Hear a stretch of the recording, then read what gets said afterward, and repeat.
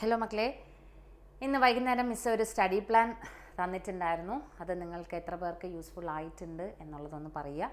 ഞാൻ പറഞ്ഞിട്ടുണ്ടായിരുന്നു അത് ഞാനൊരു ഫ്രെയിം മാത്രമാണ് തന്നത് ആ സ്റ്റഡി പ്ലാൻ്റെ. നിങ്ങൾക്ക് നിങ്ങളുടേതായിട്ടുള്ള രീതിയിൽ നിങ്ങൾ പഠിച്ച ചാപ്റ്റേഴ്സിൻ്റെ ഒരു ഇതനുസരിച്ച് നിങ്ങൾക്ക് അത് മാറ്റാം, ടൈം കൂട്ടുകയോ കുറയ്ക്കുകയോ ഒക്കെ ചെയ്യാം. എന്ത് തന്നെയാണെങ്കിലും നാളെ രാത്രിയോടുകൂടി നമ്മൾ ആ ഫുൾ ചാപ്റ്റേഴ്സ് കവർ ചെയ്യുന്ന രീതിയിൽ വേണം നിങ്ങൾ പ്ലാൻ ചെയ്യാനായിട്ട്. അല്ലെങ്കിൽ നിങ്ങൾക്ക് മറ്റന്നാളാകുമ്പോഴേക്കും ഭയങ്കര ടെൻഷനായിപ്പോവും, പിന്നെ പഠിച്ച കാര്യങ്ങളും കൂടെ ഓർമ്മയില്ലാത്തൊരവസ്ഥയിലേക്ക് എത്തും.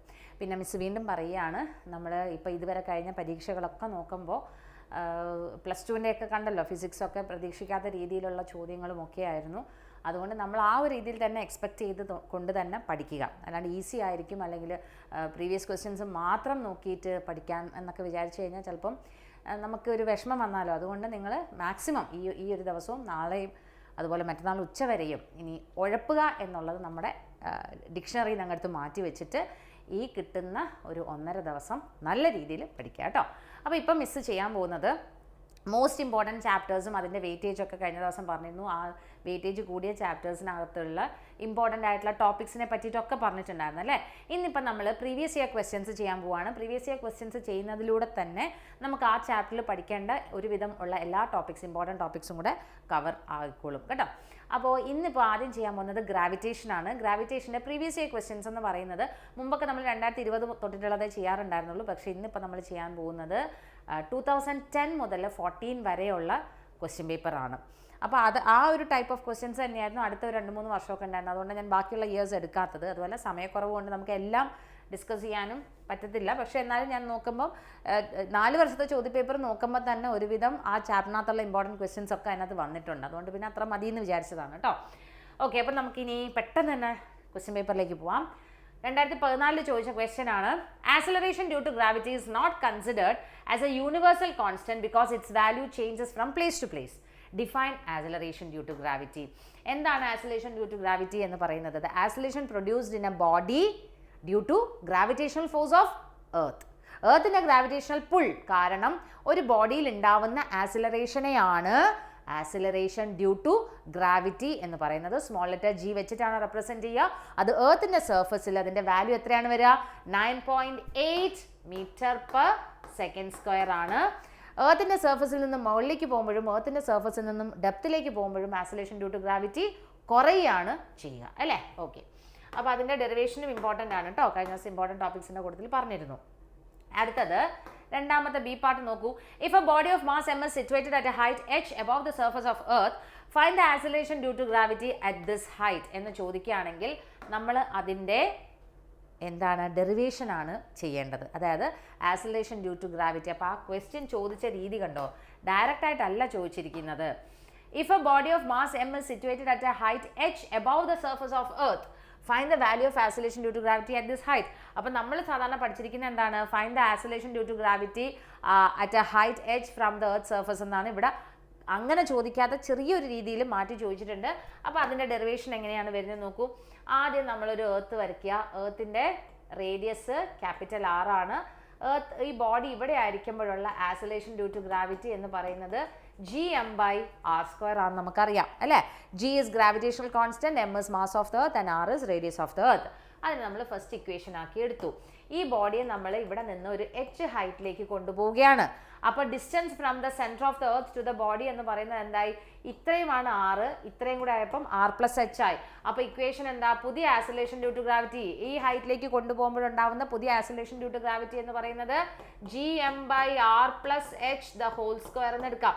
ഈ ഡെറിവേഷൻ അറിയുന്നവർ ഇത് സ്കിപ്പ് ചെയ്തേക്ക്, അടുത്ത ടോപ്പിക്കിലേക്ക് പോയിക്കോളൂ കേട്ടോ, സമയം കളയണ്ട. അറിയാത്തവർ ശ്രദ്ധിച്ചോളൂ. അപ്പോൾ നമ്മൾ ഒന്ന് എർത്തിൻ്റെ സർഫസിലുള്ള ആക്സിലറേഷൻ ഡ്യൂ ടു ഗ്രാവിറ്റിയും കിട്ടി, h ഹൈറ്റിലേക്ക് ബോഡി കൊണ്ടുപോയപ്പോഴുള്ള ആക്സിലറേഷൻ ഡ്യൂ ടു ഗ്രാവിറ്റിയും കിട്ടിയോ? നമുക്ക് ഈ g' ആണ് കണ്ടുപിടിക്കേണ്ടത്. h ഹൈറ്റിൽ കൊണ്ടുപോകുമ്പോൾ എന്താണ് ഇക്വേഷൻ കണ്ടുപിടിക്കേണ്ടത്? അപ്പം നമുക്ക് എന്ത് ചെയ്യണം? ഇവിടെ g'/g ഇക്വേഷൻ 2/1 ചെയ്യുക. അപ്പോൾ g'/g is equal to gm/r+h² divided by gm/r². gm കട്ടായി പോയി അല്ലേ. ബാക്കി നമുക്ക് എന്താണ് വരുന്നത് നോക്കിക്കേ. What is the equation? That is equal to r² / r+h² എന്നല്ലേ വരിക അല്ലേ? G M by R plus H square divided by G M by R square എന്ന് പറയുമ്പോൾ R square by R plus H the whole square എന്ന് വരും. ഇനി ഇതിൻ്റെ ഡിനോമിനേറ്ററിനകത്ത് നിന്ന് നമ്മൾ ചെറിയൊരു അഡ്ജസ്റ്റ്മെൻറ്റ് ചെയ്യുവാണ്. A plus B the whole square വെച്ചിട്ട് എക്സ്പാൻഡ് ചെയ്യാം. നിങ്ങൾക്ക് വേണമെങ്കിൽ എക്സാമിനേഷൻ ആ സ്റ്റെപ്പ് ഒഴിവാക്കാം കേട്ടോ. പക്ഷെ ഞാനിവിടെ ചെയ്ത് കാണിച്ചു തരാം. R square by a plus B the whole square എന്താ കിട്ടുന്നത്? A square plus 2ab plus B square, അതായത് r square plus 2HR plus H square എന്ന് വന്നു. ഇനി നമ്മൾ ചെയ്യാൻ പോകുന്നത് ആർ സ്ക്വയർ ഡിവൈഡഡ് ബൈ ഈ ഡിനോമിനേറ്ററിനകത്ത് നിന്ന് ഞാൻ ആർ സ്ക്വയർ പുറത്തേക്ക് എടുക്കുകയാണ്. ആർ സ്ക്വയർ പുറത്തേക്ക് എടുത്തു. അപ്പോൾ ബാക്കി എന്താ വരിക എന്ന് നോക്കൂ.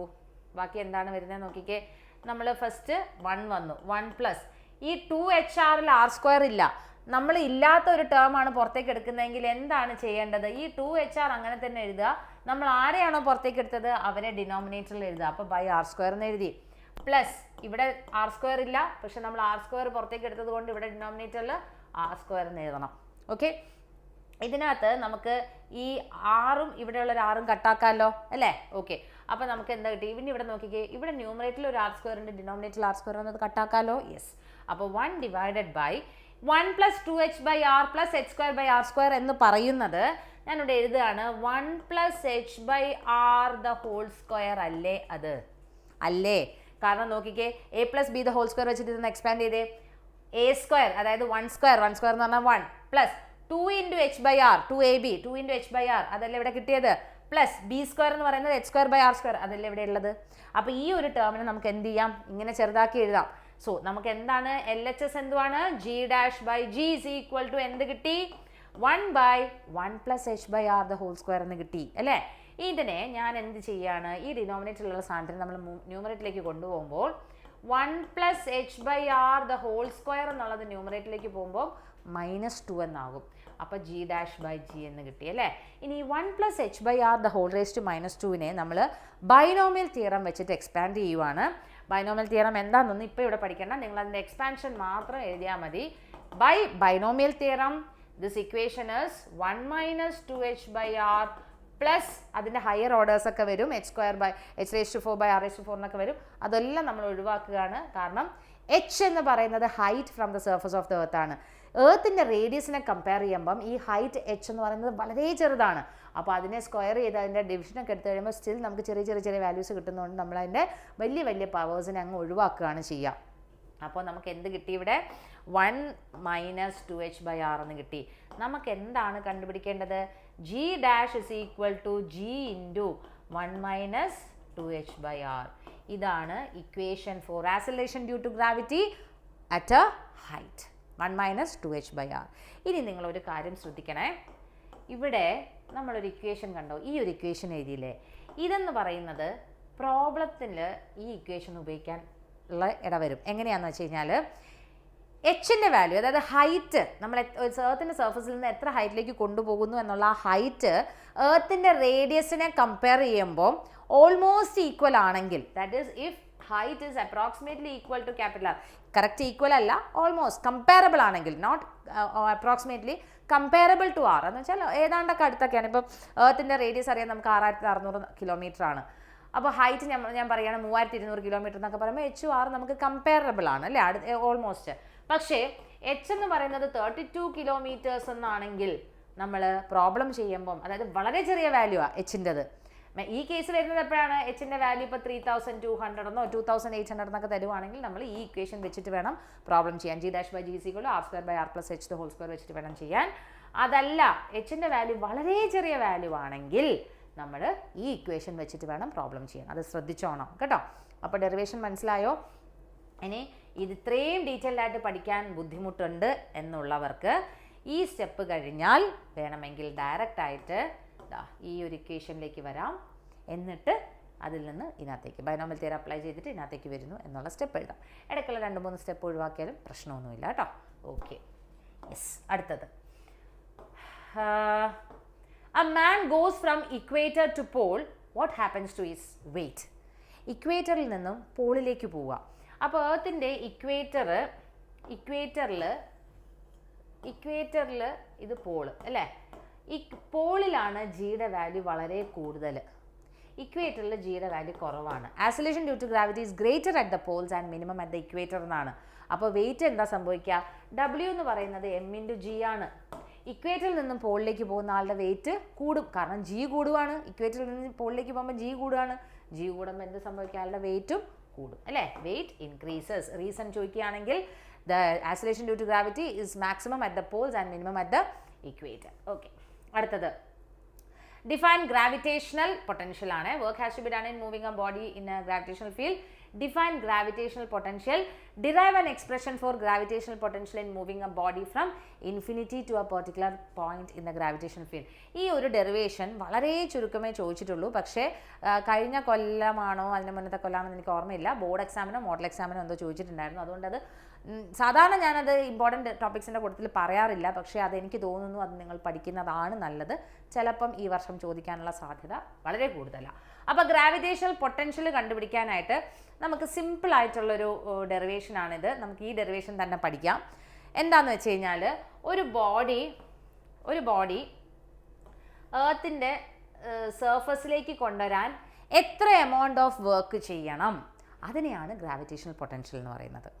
ഓക്കെ, ഒരു ബോഡി 1 കിലോഗ്രാം മാസ്സുള്ള ഒരു ബോഡിയെ നമ്മൾ ഇൻഫിനിറ്റിയിൽ നിന്നും ഒരു പോയിന്റിലേക്ക് കൊണ്ടുവരാൻ എത്ര എമൗണ്ട് ഓഫ് വർക്ക് ചെയ്യണം, അതിനെയാണ് ഗ്രാവിറ്റേഷണൽ പൊട്ടൻഷ്യൽ എന്ന് പറയുന്നത്. ഈ ഗ്രാവിറ്റേഷണൽ പൊട്ടൻഷ്യൽ കണ്ടുപിടിക്കാനായിട്ട് നമ്മൾ ആദ്യം തന്നെ ചെയ്യുന്നത്, consider A point P at a distance from a mass m. The gravitational force acting per unit mass kept at P F is equal to gm/r². അതായത് നമ്മൾ അതിൻ്റെ ഡയഗ്രാം ഇങ്ങനെയാണ്. ഇത് എർത്തിൻ്റെ റേഡിയസ് ആണിത്, ക്യാപിറ്റൽ R.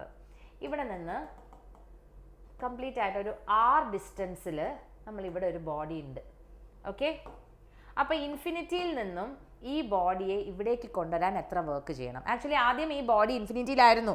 അവിടെ നിന്ന് നമുക്ക് ഈ P എന്ന് പറയുന്ന പോയിന്റിലേക്കാണ് ഈ ബോഡിയെ എത്തിക്കേണ്ടത്. R ഡിസ്റ്റൻസിലാണ് ഈ ബോഡി എത്തിക്കേണ്ടത് അല്ലേ? അപ്പോൾ എത്രയാണ് വർക്ക് ചെയ്യേണ്ടതെന്നുള്ളതാണ് നമ്മൾ കണ്ടുപിടിക്കേണ്ടത്. അപ്പോൾ ഫസ്റ്റ് തന്നെ നമ്മൾ ചെയ്യാൻ പോകുന്നത്, ഒരു ചെറിയ ഡിസ്റ്റൻസ് ഇവിടെ ഇതിനെ മൂവ് ചെയ്യിക്കാൻ എത്ര ഫോഴ്സ് വേണം എന്നുള്ളത് ആദ്യം കണ്ടുപിടിക്കുക. അതായത് ഒരു dr ഡിസ്റ്റൻസ്, ചെറിയൊരു ഡിസ്റ്റൻസ് ഇതിനെ മൂവ് ചെയ്യിക്കാനായിട്ട് നമുക്ക് ചെറിയ വർക്കാണ് ആവശ്യം. ദാറ്റ് ഈസ് F.dr അല്ലേ? ഈ F എന്ന് പറയുന്നത് എന്താണ്? That is F is equal to gmm/r² എന്നുള്ള ഇക്വേഷൻ അറിയാലോ. അപ്പോൾ gm/r². എന്തുകൊണ്ടാണ് r² എന്ന് എഴുതുന്നത്? കാരണം നമ്മളവിടെ അതായത് ഈ 1 കിലോഗ്രാം മാസ്സുള്ള ഒരു ബോഡിയാണ്. അപ്പോൾ അവിടെ gmm എന്ന് പറയുന്ന സ്മോൾ m എന്ന് പറയുന്ന മാസ് ഓഫ് ദ ബോഡിയാണ്. അത് 1 കിലോഗ്രാം ആയിട്ട് എടുക്കുകയാണ്. ഇനി അതുപോലെ തന്നെ ഇവിടെ r² എന്നല്ല എടുക്കേണ്ടത്. ഞാൻ എന്താ എടുക്കുന്നത്? ചെറിയ ഡിസ്റ്റൻസാണ് നീക്കുന്നത്. അപ്പോൾ ഞാൻ ജസ്റ്റ് x എന്ന് കൊടുക്കുകയാണ്. gm/x² ഇൻറ്റു ഈ ഡിസ്റ്റൻസ് ഞാൻ dx എന്ന് കൊടുക്കുകയാണ്. അപ്പോൾ into dx, gm/x² into dx. ചെറിയ ഡിസ്റ്റൻസ് ആണ് അതിനെ നീക്കുന്നത് കേട്ടോ. gm/x² into dx. ഇതാണ് ചെറിയ വർക്ക് എന്ന് പറയുന്നത്. ഓക്കെ, അപ്പോൾ ഇനി കംപ്ലീറ്റ് വലിയ വർക്ക് കണ്ടുപിടിക്കണമെങ്കിൽ എന്ത് ചെയ്യണം? എവിടെ നിന്ന് എവിടം വരെയാണ് ഈ ബോഡിയെ നമ്മൾ നീക്കുന്നത്? ഇൻഫിനിറ്റിയിലുള്ള ബോഡിയെ നമ്മൾ R ഡിസ്റ്റൻസിലേക്കാണ് കൊണ്ടുവരേണ്ടത്. അപ്പോൾ integrating from infinity to R, gm/x² into dx. ഇതിനകത്ത് gm എന്ന് പറയുന്നത് എന്താണ്? കോൺസ്റ്റൻ്റ് അല്ലേ? അതിനെ നമുക്ക് പുറത്തേക്ക് എടുക്കാം. That is equal to gm into integrating from infinity to R 1/x² dx. 1/x² നമുക്ക് എന്ത് ചെയ്യാം? മേലേക്ക് കൊണ്ടുപോകാം. x⁻² ആകും. അപ്പോൾ gm into integrating from x⁻² dx integral infinity to R. Okay, ഇനി നമ്മൾ ഇതിനെ ഇൻ്റഗ്രേറ്റ് ചെയ്തേ. ഇൻ്റഗ്രൽ x⁻² dx എന്ന് പറയുന്നത് നിങ്ങൾ ഇൻ്റഗ്രേഷൻ്റെ റിസൾട്ട് പഠിക്കുന്നുണ്ടാവും. ഇതിപ്പം ഡീറ്റെയിൽ ആയിട്ട് നിങ്ങൾ +2 പഠിക്കുകയുള്ളൂ ഇൻ്റഗ്രേഷനൊക്കെ. എന്നാൽ ഇവിടെ ഞാൻ പറഞ്ഞുതരാം. ഇൻ്റഗ്രൽ x⁻n dx എന്ന് പറഞ്ഞാൽ x⁻n+1/n+1 ആണ്. ഇൻ്റഗ്രൽ x⁻n dx എന്ന് പറയുന്നത് x⁻n+1/n+1 ആണ്. ഇൻ്റഗ്രേഷൻ്റെ റിസൾട്ട് ആണത്. ഇവിടെ നമുക്ക് n-ൻ്റെ സ്ഥാനത്ത് എന്താ വന്നിരിക്കുന്നത്? -2 ആ.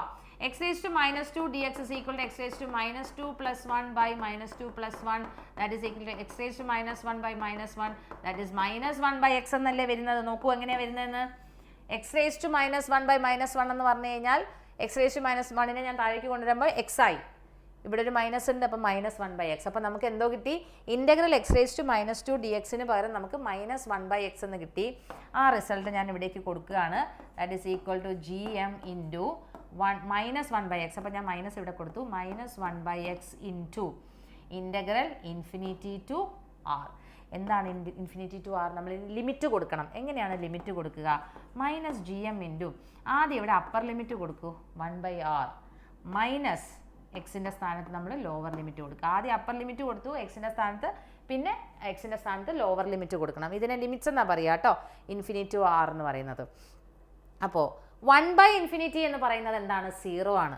1/∞ 0 ആകുമ്പോൾ that is minus G M by R. ഇതാണ് work. And by definition this work is the gravitational potential. അല്ലേ? ഇൻഫിനിറ്റിയിൽ നിന്നൊരു ബോഡി ഒരു പോയിന്റിലേക്ക് കൊണ്ടുവരാൻ കൊടുക്കുന്ന വർക്കിനെയാണ് ഗ്രാവിറ്റേഷണൽ പൊട്ടൻഷ്യൽ എന്ന് പറയുന്നത്. അപ്പോൾ നമുക്ക് ഇതിന് പകരം എന്ത് കൊടുക്കാം? V is equal to minus gm by r. That is the equation for gravitational potential. Minus gm by r. Okay? Minus gm by r ആണ് ഇക്വേഷൻ. ഇനി ഇതിനകത്ത് മറ്റൊരു ചോദ്യം ചോദിക്കും, r ഇൻഫിനിറ്റിയിലായിരിക്കുമ്പോൾ ഗ്രാവിറ്റേഷണൽ പൊട്ടൻഷ്യൽ എത്രയാണെന്ന്. r ഇൻഫിനിറ്റി ആകുമ്പോൾ ഗ്രാവിറ്റേഷൻ പൊട്ടൻഷ്യൽ എത്രയാണ് വരിക? 0 അല്ലേ? കാരണം ഡിനോമിനേറ്റർ ഇൻഫിനിറ്റിയിലാണ്. അപ്പോൾ gravitation potential will be equal to 0. Okay, yes. അടുത്ത ചോദ്യം നോക്കൂ. A person in an artificial satellite feels weightlessness why? ഒരു മനുഷ്യൻ നമ്മുടെ ആർട്ടിഫിഷ്യൽ സാറ്റലൈറ്റിൽ ഇരിക്കുമ്പം എന്തുകൊണ്ടാണ് അദ്ദേഹത്തിൻ്റെ ബോഡിക്ക് വെയ്റ്റ്ലെസ്നെസ് ഫീൽ ചെയ്യുന്നത്? എന്തുകൊണ്ടാണ്? നിങ്ങളിപ്പം കണ്ടിട്ടുണ്ടാവും സുനിത വില്യംസിൻ്റെ ബഹിരാകാശ യാത്രയൊക്കെ അല്ലേ, കണ്ടിട്ടുണ്ടാവും. അപ്പം ഇതിൻ്റെ അകത്ത് എങ്ങനെയാണ് അവർ കിടക്കുന്നതെന്നും എങ്ങനെ അവർ ഭക്ഷണം കഴിക്കുന്നത്, എങ്ങനെ വെള്ളം കുടിക്കുന്നത് എന്നുള്ള വീഡിയോസൊക്കെ നിങ്ങൾ കണ്ടിട്ടുണ്ടാവുമല്ലോ അല്ലേ. അപ്പോൾ എന്തുകൊണ്ടാണ് അവർക്ക് വെയ്റ്റ്ലെസ്നെസ് ഫീൽ ചെയ്യുന്നത്? നമ്മൾ വെയ്റ്റ് ഓഫ് ദ ബോഡിയുടെ equation m into g minus a എന്നുള്ളൊരു ഇക്വേഷൻ പഠിച്ചിട്ടുണ്ടാകും ലോസ് ഓഫ് മോഷൻ എന്ന് പറയുന്ന ചാപ്റ്ററിനകത്ത്. Apparent weight of a body in a lift എന്നുള്ള ഇക്വേഷനകത്ത്. അപ്പോൾ ഒരു സാറ്റലൈറ്റിനകത്ത് ഒരു വ്യക്തിയുടെ അപ്പാരൻറ്റ് വെയ്റ്റ് എന്ന് പറയുന്നതിൻ്റെ ഇക്വേഷൻ വരുന്നത് M into g minus A ആണ്. പക്ഷേ സാറ്റലൈറ്റ് എന്ന് പറയുന്ന ഒരു ഫ്രീലി ഫോളിംഗ് ബോഡി ആയിട്ടാണ് കൺസിഡർ ചെയ്യുന്നത്. ഫ്രീലി ഫോളിംഗ് ബോഡിയുടെ കേസിൽ ആക്സിലറേഷൻ എന്ന് പറയുന്നത് എന്താണ്? എ എന്ന് പറയുന്നത് ജി ആയിരിക്കും. അപ്പോൾ ഇവിടെ എന്ത് വന്നു? ജി മൈനസ് ജി വന്നപ്പം എന്തായത്? Weight will be equal to 0 ആയി. ദാറ്റ് ഈസ് ദ റീസൺ കേട്ടോ. Okay, next. ഇതിനകത്ത് മറ്റു ചോദ്യം ഉണ്ടോ? ഏതോ ഒരു ക്വസ്റ്റ്യൻ നമ്മൾ മിസ് ചെയ്തോ എന്ന് എനിക്കൊരു ഡൗട്ട് ഉണ്ട്. ഇതിൻ്റെ സി പാർട്ട്, യെസ്, ഇതിൻ്റെ സി പാർട്ട് നമ്മൾ മിസ്സാക്കി കേട്ടോ. അറ്റ് വാട്ട് ഹൈറ്റ് ഇതിന് മുന്നേ ഉണ്ടായിരുന്ന ഒരു ക്വസ്റ്റ്യൻ, അത് മിസ്സായി പോയതാണ്. At what height the value of acceleration due to gravity become 0? കാരണം അത് നല്ലൊരു ചോദ്യമാണ്, അതുകൊണ്ടാണ് എനിക്കത് ഓർത്ത് വെച്ചത്. ഏത് ഹൈറ്റിലാണ് ആക്സിലറേഷൻ ഡ്യൂ ടു ഗ്രാവിറ്റി 0 ആവുന്നത്? ഏത് ഹൈറ്റിൽ എന്നാണ് ചോദിച്ചത്. ഏത് ഹൈറ്റിലാണ്? നമ്മൾ എർത്തിൻ്റെ സർഫസിൽ നിന്ന് മുകളിലേക്ക് പോകുമ്പം ജിയുടെ വാല്യൂ കുറഞ്ഞ് ഹൈറ്റ് ഇൻഫിനിറ്റിയിലെത്തുമ്പോൾ ജിയുടെ വാല്യൂ 0 ആയിരിക്കും. ഇതുപോലെ തന്നെ ഒരു ബോഡി ഉള്ളിലേക്ക് പോകുന്നതിനനുസരിച്ച് എന്ത് സംഭവിക്കും? അതിൻ്റെ ഡെപ്ത് കൂടുന്നതിനനുസരിച്ച് ആക്സിലറേഷൻ ഡ്യൂ ടു ഗ്രാവിറ്റി കുറഞ്ഞ് എർത്തിൻ്റെ സെൻറ്ററിൽ എത്തിക്കഴിയുമ്പോൾ ആക്സിലറേഷൻ ഡ്യൂ ടു ഗ്രാവിറ്റി 0 ആകും. അപ്പം ഏത് ഹൈറ്റിലാണെന്ന് ചോദിച്ചു കഴിഞ്ഞാൽ ഇൻഫിനിറ്റിയിലും, ഏത് ഡെപ്തിൽ എത്തുമ്പോഴാണെന്ന് വെച്ച് കഴിഞ്ഞാൽ at the centre of the എർത്തും ആക്സിലറേഷൻ ഡ്യൂ ടു ഗ്രാവിറ്റി 0 ആയിരിക്കും കേട്ടോ. യെസ്, അപ്പോൾ അത്രയും ക്വസ്റ്റ്യൻസ് കഴിഞ്ഞു. ഇനി അടുത്തത് second question. Choose the correct alternative. Escape velocity is independent of the mass of the earth or mass of the body? Escape velocity എന്ന് പറയുന്നത് independent of mass of the earth ആണ്. Escape വെലോസിറ്റിയുടെ equation എന്താണ് വരിക? V is equal to root of 2gr അല്ലെങ്കിൽ root of 2gm by r. അപ്പോൾ ഇത് mass of the എർത്തിനെ depend ചെയ്യുന്നുണ്ട്, പക്ഷെ മാസ് ഓഫ് ദ ബോഡിയെ ഡിപ്പെൻഡ് ചെയ്യുന്നില്ല. Next, gravitational or weak nuclear force is the weakest fundamental force. Weakest fundamental force എന്ന് പറയുന്നത് gravitational force ആണ്. അടുത്തത്, Earth satellites are objects which revolve around the Earth. Consider a satellite at a height h from the surface of the Earth. Give an equation for its orbital velocity. Orbital velocity equation എന്ന് പറയുന്നത് root of G R ആണ്. Escape velocity root of 2gr ആണെങ്കിൽ ഇവിടെ 2 വരുന്നില്ല. അതുപോലെ തന്നെ root of gm by r എന്നും നമ്മൾ ഇക്വേഷൻ പറയാം. Obtain an equation for the period of the above satellite. നമ്മൾ ടൈം പീരീഡിൻ്റെ ഇക്വേഷൻ ഡിറൈവ് ചെയ്യാനാണ് പറഞ്ഞിരിക്കുന്നത്. അപ്പോൾ ടൈം പീരീഡിൻ്റെ ഇക്വേഷൻ ഡിറൈവ് ചെയ്യുന്നതിന് മുന്നേ അവിടെ ഓർബിറ്റൽ വെലോസിറ്റി നമുക്ക് അറിയണം. സോ നമുക്ക് ഇങ്ങനെ എടുക്കാം. ടൈം പീരീഡ് എന്ന് പറഞ്ഞു കഴിഞ്ഞാൽ എന്താണ്? ഡിസ്റ്റൻസ് ബൈ വെലോസിറ്റി അല്ലേ ടൈം? ഡിസ്റ്റൻസ് ബൈ വെലോസിറ്റി ആണ് ടൈം അല്ലേ?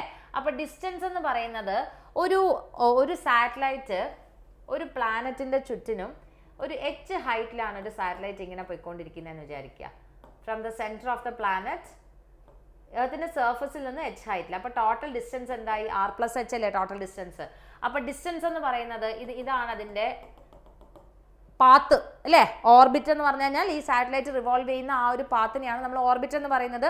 ഏത് വെലോസിറ്റിയിലാണ് ആ സാറ്റലൈറ്റ് റിവോൾവ് ചെയ്യുന്നത് അതിനെയാണ് ഓർബിറ്റൽ വെലോസിറ്റി എന്ന് പറയുന്നത്. അപ്പോൾ 2πr ആണ് സർക്കംഫറൻസ് നമ്മൾ പഠിച്ചിട്ടുണ്ട്. ഇവിടെ പക്ഷേ r+h ആണ് റേഡിയസ് വരുന്നത്. അതുകൊണ്ട് 2π × r+h ഡിവൈഡഡ് ബൈ നമ്മൾ വെലോസിറ്റി എന്ത് കൊടുക്കണം? Velocity of the orbital velocity ആണ് വെലോസിറ്റി എന്ന് പറയുന്നത്. ഓർബിറ്റൽ വെലോസിറ്റിയുടെ ഇക്വേഷൻ √2gm/r+h എന്ന് കൊടുക്കുക. ഓക്കെ, ഇനി ഇവിടെ നമ്മൾ ചെയ്യാൻ പോകുന്നത് ഈ r+h എന്ന് പറഞ്ഞു കഴിഞ്ഞാൽ സ്ക്വയർ റൂട്ടാണ്. അപ്പോൾ ഞാൻ ഇവിടെ എഴുതുവാണ്. അപ്പോൾ time period is equal to 2π × r+h divided by √gm/r+h. Okay, that is equal to 2π × r+h അവിടെ നിൽക്കുന്നുണ്ട് ഇൻറ്റു √r+h നമുക്ക് എങ്ങനെ എഴുതാം? r+h the whole raise to 1/2 എന്ന് എഴുതാമല്ലോ. അപ്പോൾ അതിനെ ഞാൻ r+h ഇത് മേലേക്ക് കൊണ്ടുപോയി കേട്ടോ. r+h the whole raise to 1/2, അതായത് ഡിനോമിനേറ്റർ നമുക്ക് ന്യൂമറേറ്ററിലേക്ക് കൊണ്ടുപോകാൻ പറ്റും. ഡിവൈഡഡ് ബൈ എന്തുണ്ട്? √gm ഉണ്ട്. So what is that? r+h into r+h the whole raise to 1/2 എന്ന് പറഞ്ഞു കഴിഞ്ഞാൽ ഇവിടെ 1 ആണ്. 1 + 1/2 ദാറ്റ് ഈസ് 3/2 എന്നാണ് വരിക. That is equal to 2π × r+h the whole raise to 3/2 by √gm. ഇതാണ് ടൈം പീരീഡിൻ്റെ ഇക്വേഷൻ. ഇത് നമുക്ക് പല രീതിയിലും എഴുതാം കേട്ടോ. 2π × √r/g എന്ന് പറയുന്ന ഒരു ഇക്വേഷൻ വേറെയും വരുന്നുണ്ട്. അത് എങ്ങനെ വേണമെങ്കിലും എഴുതാം. ഇതിന് ഇക്വേഷൻസ് പല രീതിയിലാക്കി എടുക്കാൻ പറ്റും കേട്ടോ.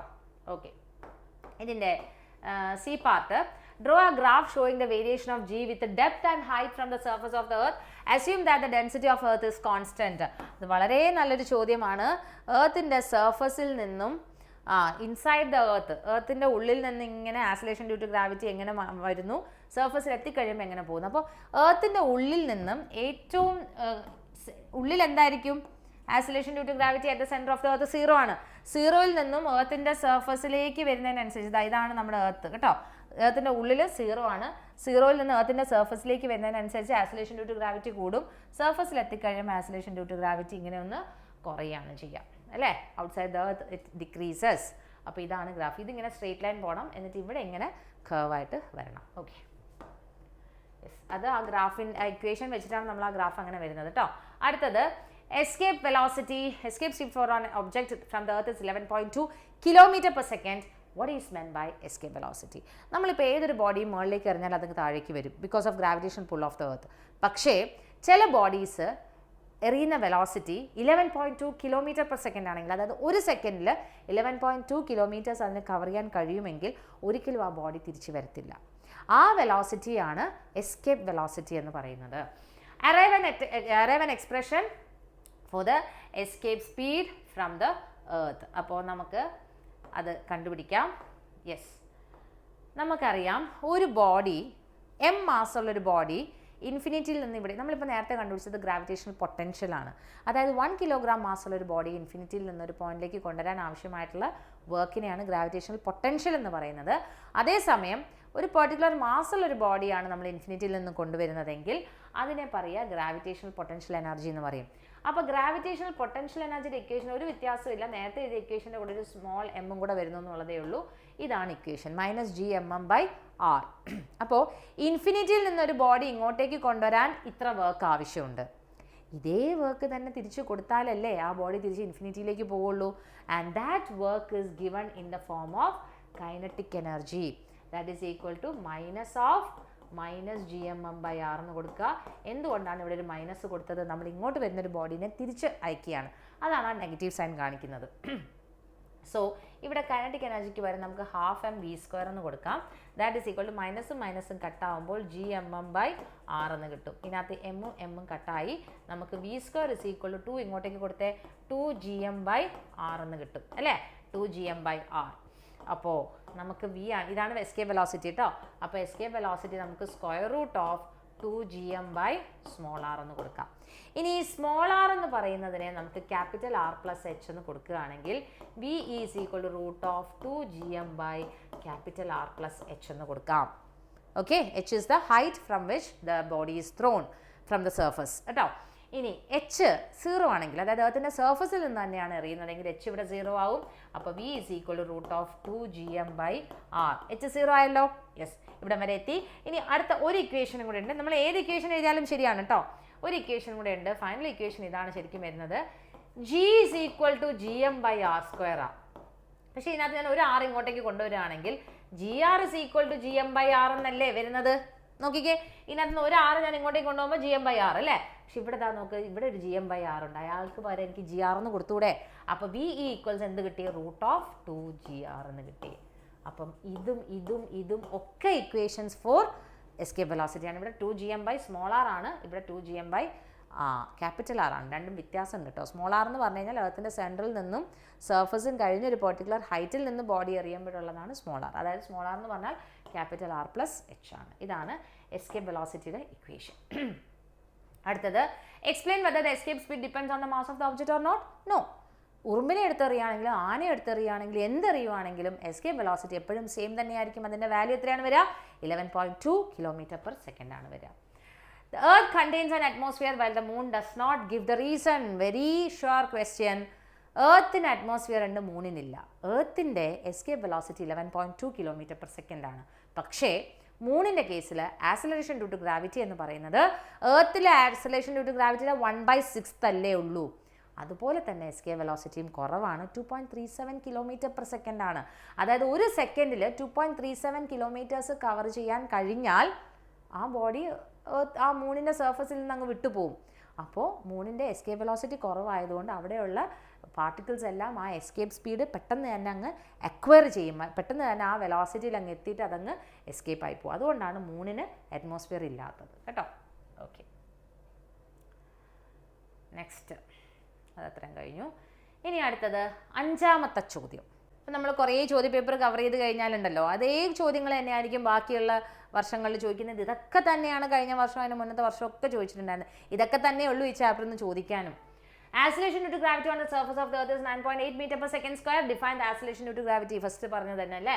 Derive an expression for the variation of g at depth d below the surface of earth. അതായത് എർത്തിൻ്റെ സർഫസിൽ നിന്ന് ഡെപ്തിലേക്ക് പോകുമ്പോൾ എത്രയാണ് ആക്സിലറേഷൻ ഡ്യൂ ടു ഗ്രാവിറ്റിയുടെ ഇക്വേഷൻ എന്നുള്ളതാണ് നമ്മൾ കണ്ടുപിടിക്കേണ്ടത്.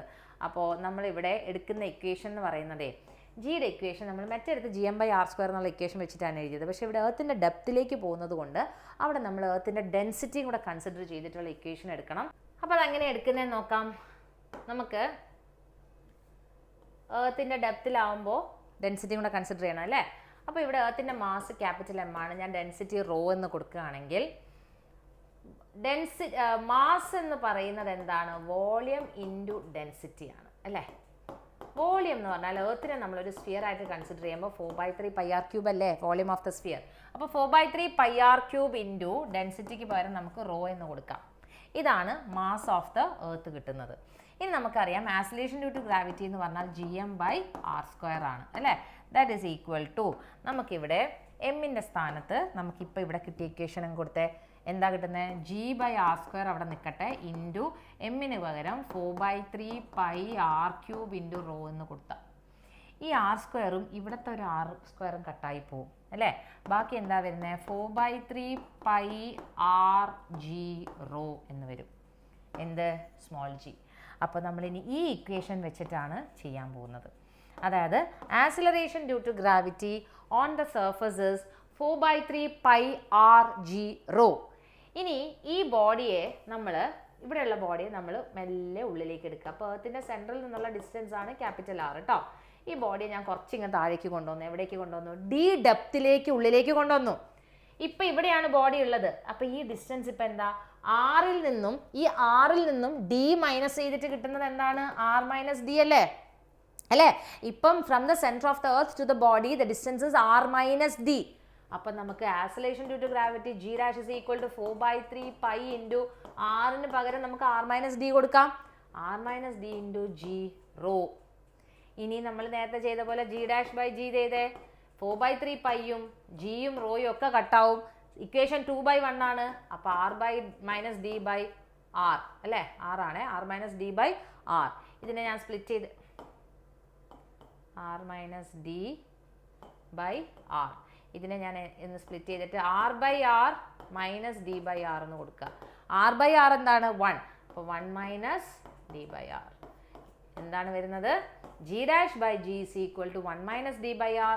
നമുക്ക് ജി ഡാഷ് ആണ് കണ്ടുപിടിക്കേണ്ടത്. G dash is equal to g into 1 minus D by R അല്ലേ? G dash is equal to g into 1 minus D by R. That is equation for acceleration due to gravity at depth. ഇനി ഇവിടെ നോക്കൂ, നമ്മൾ ഈ ബോഡിയെ നമ്മൾ സെൻറ്ററിലേക്ക് കൊണ്ടുവരികയാണേ. ഇങ്ങനെ കൊണ്ടുവരുന്നതിനനുസരിച്ച് ആറും ഡിയും ഒക്കെ ഈക്വലായി. ആറും ഡിയും ഈക്വലായാൽ എന്താ സംഭവിക്കുക? ഇത് രണ്ടും കട്ടായി പോവും. കട്ടായി പോലെ ഇവിടെ 1 കിട്ടും. 1 മൈനസ് 1 എന്താ? 0. അപ്പോൾ ആക്സിലറേഷൻ ഡ്യൂ ടു ഗ്രാവിറ്റി 0. അപ്പോൾ where is acceleration due to gravity 0? At the inside the earth, that is at the centre of the earth കേട്ടോ. അടുത്തത് യെസ്, സിയിൽ ഒരു ക്വസ്റ്റ്യൻ ആണ്, ഒരു ന്യൂമറിക്കലാണ് വന്നിരിക്കുന്നത്. At what height h will the value of g be half of that on the surface of the earth? എർത്തിൻ്റെ സർഫസിലുള്ളതിനെക്കാട്ടിലും acceleration due to gravity പകുതിയാകുന്നത് ഏത് ഹൈറ്റിലായിരിക്കുമ്പോൾ എന്നാണ്. അപ്പോൾ മിസ് നേരത്തെ പറഞ്ഞ ആ ഒരു സംഭവം ഓർക്കണേ. കറക്റ്റ് പകുതി ആവണമെങ്കിൽ ഹൈറ്റും അതിനനുസരിച്ച് എന്തായിരിക്കണം? പകുതിയിലായിരിക്കണം. അപ്പോൾ നമ്മൾ എച്ചും ആറും കമ്പയറബിൾ ആണെന്ന് വേണമെങ്കിൽ പറയാം. അപ്പം നമ്മൾ ഏത് ഇക്വേഷനാണ് ഉപയോഗിക്കേണ്ടത്? G dash by G is equal to R square by R plus H the whole square എന്നുള്ള ഇക്വേഷനാണ് ഉപയോഗിക്കേണ്ടത് അല്ലേ? അപ്പോൾ ഇതിനകത്ത് നമുക്ക് ജി ഡാഷ് എന്ന് പറയുന്നത് ജി ബൈ 2 ആണ്. കാരണം ആക്സിലറേഷൻ ഡ്യൂ ടു ഗ്രാവിറ്റീൻ്റെ പകുതി എന്ന് പറഞ്ഞിട്ടുണ്ട് ക്വസ്റ്റ്യനിൽ. അപ്പോൾ G by 2 into G dash വരെ ഞാൻ ജി ബൈ 2 കൊടുത്തതാണ്. ബൈ ജി എന്ന് പറയുമ്പം ഇൻറ്റു ജി ആണ് വരിക. That is equal to R square by R plus H the whole square. ഇതിങ്ങനെ എടുത്തത് മനസ്സിലായിട്ടുണ്ടാവുമല്ലോ അല്ലേ? ജി ഡാഷ് എന്ന് പറയുന്നത് ജി ബൈ 2 ആണ്, അതുകൊണ്ടാണ് ഞാനവിടെ അങ്ങനെ എടുത്തത്. ഈ ജിയും കട്ടായപ്പോൾ 1/2 is equal to R square by R plus H the whole square എന്ന് വന്നു അല്ലേ? 1/2 അല്ലേ? ജിയും കട്ടായി. ഇനി നമുക്ക് എന്ത് ചെയ്യാം? ഈ സ്ക്വയർ അങ്ങ് കളയണമെങ്കിൽ രണ്ട് വശം സ്ക്വയർ റൂട്ട് എടുക്കുക. അപ്പോൾ 1/√2 നമുക്ക് എച്ചാ കണ്ടുപിടിക്കേണ്ടത്. 1/√2 is equal to R by R plus H. H അല്ലേ കണ്ടുപിടിക്കേണ്ടത്? നമ്മളിതിനെ ക്രോസ് മൾട്ടിപ്ലൈ ചെയ്യുക. R plus H is equal to √2 into R. അപ്പോൾ H is equal to √2 into R minus R. നമുക്ക് ആറ് പുറത്തേക്ക് എടുക്കുക. R into √2 minus 1. √2ൻ്റെ value എത്രയാണ് വരുന്നത്? 1.414 ആണ്. അപ്പോൾ R into 1.414 minus 1 that is equal to R into 0.414. ആറിൻ്റെ വാല്യൂ നമുക്ക് 6400 കിലോമീറ്റേഴ്സ് ആണ്. ഇൻറ്റു 0.414 ചെയ്യുക. അത്രയും ചെയ്യുമ്പോൾ നമുക്ക് എച്ച് കിട്ടും. എച്ചിൻ്റെ വാല്യൂ എത്രയാണ്? ജസ്റ്റ് അങ്ങനെ എഴുതിയിട്ടുള്ളൂ. 0.414 ആറിന് എഴുതിയാൽ മതി. വേണമെങ്കിൽ നിങ്ങൾ ഇൻറ്റു 6400. ഇനിയിപ്പം വാല്യൂ ആറിൻ്റെ വാല്യൂ തന്നിട്ടില്ല, നിങ്ങൾക്ക് അറിയില്ല എന്നുണ്ടെങ്കിൽ കുഴപ്പമൊന്നുമില്ല. H is equal to 0.414 into radius of the earth എന്ന് എഴുതിയാലും സംഭവം കറക്റ്റാണ്. അപ്പോൾ അതൊരു ആൻസറും ബൈ ഹാർട്ട് ചെയ്ത് വെച്ചോളൂ കേട്ടോ. Height acceleration due to gravity correct പകുതിയാവുന്നത് ഏത് ഹൈറ്റിലാണ്? 0.414 ഇൻറ്റു റേഡിയസ് ഓഫ് ദ എർത്തിലായിരിക്കും അല്ലേ? കേട്ടോ. അപ്പം മക്കളെ, ഇതിനകത്ത് ഒരുവിധം എല്ലാ ക്വസ്റ്റ്യൻസും വന്നിട്ടുണ്ട്. കെപ്ലേഴ്സ് ലോ ഒഴികെ ബാക്കി എല്ലാം വന്നിട്ടുണ്ട്. പക്ഷേ കെപ്ലേഴ്സ് ലോയും വളരെ ഇമ്പോർട്ടൻ്റ് ആണ്. Law of orbit, law of area and law of time. അത് നമ്മളൊന്ന് പറഞ്ഞു തന്നേക്കാം. ലോ ഓഫ് ഓർബിറ്റ് എന്ന് പറഞ്ഞു കഴിഞ്ഞാൽ ഫസ്റ്റ് വൺ, ഇതൊക്കെ ഞാൻ മുന്നേ ഒരു വീഡിയോയിൽ ചെയ്തിട്ടുണ്ട്, നമ്മുടെ ചാനലിലുണ്ട്. എന്നാലും പോട്ടെ, അതൊക്കെ ഇനിയിപ്പോൾ നിങ്ങൾക്ക് തപ്പി കണ്ടുപിടിച്ചെടുക്കാനൊക്കെ ബുദ്ധിമുട്ടായിരിക്കുമല്ലോ. അപ്പം law of law of orbit ആണ് first one. Law of orbit എന്ന് പറഞ്ഞു കഴിഞ്ഞാൽ the planets revolve around the sun. ഇതെന്താണ്? പ്ലാനറ്റ്സിൻ്റെ മോഷനെ പറ്റിയിട്ട് സ്റ്റഡി ചെയ്തതാണ് കെപ്ലർ എന്ന് പറയുന്ന ഒരു സയൻറ്റിസ്റ്റ്.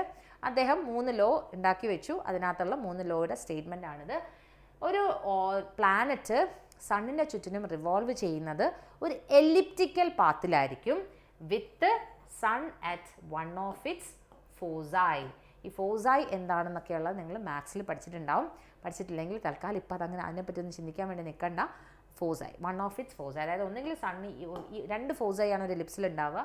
ഒന്നുകിൽ ഈ ഫോക്കസിലായിരിക്കും, അല്ലെങ്കിൽ ഈ ഫോക്കസിലായിരിക്കും ഉണ്ടാവുക. നിങ്ങൾ ഒപ്റ്റിക്സിൽ പഠിച്ച ഫോക്കസ് അല്ല കേട്ടോ, 10th അതല്ല, ഇത് വേറെയാണ്. അപ്പോൾ എന്താണ് ലോ ഓഫ് ഓർബിറ്റ് എന്ന് പറഞ്ഞു കഴിഞ്ഞാൽ? ദ പ്ലാനറ്റ്സ്, ഏറ്റവും സിമ്പിളായിട്ട് പറഞ്ഞു തരുവാണ് കേട്ടോ. The planets revolve around the sun in an elliptical orbit with sun at one of its foci. Okay, yes. രണ്ടാമത്തെ ലോ എന്ന് പറയുന്നത് ലോ ഓഫ് ഏരിയ എന്ന് പറയും. അതായത് ഒരു പ്ലാനറ്റ് ആദ്യം ഇവിടെ ആയിരിക്കുന്നു, കുറച്ച് സമയം കഴിയുമ്പോൾ പ്ലാനറ്റ് ഇവിടെ വന്നു. അപ്പോൾ ഇവിടെ ആയിരിക്കുമ്പോഴുള്ള ഡിസ്റ്റൻസ് ഇത്, ഇവിടെ ആയിരിക്കുമ്പോഴുള്ള ഡിസ്റ്റൻസ് ഇത്. ഏരിയ കവേർഡ് ചെയ്യുന്നത് ഇത്രയാണ് കവർ ചെയ്തത് അല്ലേ. ഇനി ഇവിടെ ഈ പ്ലാന്റ് കുറച്ച് സമയം കഴിയുമ്പോൾ P3 എന്ന് പറയുന്ന പോയിന്റിൽ വന്നു, കുറച്ച് സമയം കഴിയുമ്പോൾ P4 എന്നുള്ള പോയിന്റിൽ വന്നു. അപ്പോൾ ഇവിടുത്തെ ഏരിയ ഇത്ര, കാരണം സൺ ഒരു ഫോസൈലാണല്ലോ ഉള്ളത് ഇങ്ങനെ. പക്ഷേ ഈ ഏരിയയും വിത്ത് റെസ്പെക്ട് ടു ടൈം എന്തായിരിക്കും? സെയിം ആയിരിക്കും. അതായത് the area covered by a planet in unit time is a constant. അതായത് ഇവിടെ നിന്ന് ഇവിടേക്ക് എത്തുന്നതിനേക്കാട്ടിൽ കൂടുതൽ ഫാസ്റ്ററായിട്ടായിരിക്കും ഇത് ഇവിടെ നിന്ന് ഇങ്ങോട്ടേക്ക് എത്തുക. അതായത് സണ്ണിൻ്റെ അടുത്തായിരിക്കുമ്പം പ്ലാനറ്റ്സ് കുറച്ച് സ്പീഡിലായിരിക്കും മൂവ് ചെയ്യുക. കാരണം ഇതേ ഏരിയ തന്നെ ഇവിടെ കവർ ചെയ്യണമെങ്കിൽ കുറച്ച് ഫാസ്റ്റായിട്ട് മൂവ് ചെയ്യേണ്ടി വരും അല്ലേ. അതാണ് സംഭവം. അപ്പം ഇതിന് നമുക്ക് ഏരിയൽ വെലോസിറ്റി എന്ന് പറയാം. ഏരിയ വിത്ത് റെസ്പെക്ട് ടു ടൈമിന് ഏരിയൽ വെലോസിറ്റി എന്നും പറയാം. Areal velocity of a planet is a constant അല്ലേ. അത് നമ്മൾ ഇക്വേഷൻ ആക്കി എഴുതുമ്പോൾ ഇങ്ങനെ എഴുതുക, delta A by delta T is equal to a constant. Okay. മൂന്നാമത്തെ ലോ ഓഫ് പീരിയഡ് എന്ന് പറയും. അതായത് square of time period of a planet is directly proportional to the cube of semi-major axis. എന്താണത് semi major axis എന്ന് പറഞ്ഞു കഴിഞ്ഞാൽ? നമ്മൾ എർത്തിനെ ഒരു ഈ പ്ലാനറ്റ്സ് റിവോൾവ് ചെയ്യുന്നത് ഒരു എലിപ്റ്റിക്കൽ ഷേപ്പിലാണെന്ന് പറഞ്ഞല്ലേ. അപ്പം നമുക്ക് ഡയമീറ്റർ എന്ന് പറയാൻ പറ്റില്ല. ഇവിടെ ഈ ഒരു ഭാഗത്ത് ഡയമീറ്റർ കൂടുതലായിരിക്കും, ഇവിടെ കുറവായിരിക്കും. ഈ ഡയമീറ്റർ കൂടുതലുള്ള സ്ഥലത്തിന് നമ്മൾ മേജർ ആക്സിസ് എന്നാണ് പറയുക, ഡയമീറ്റർ കുറവുള്ളതിനെ മൈനർ ആക്സിസ് എന്ന് പറയും.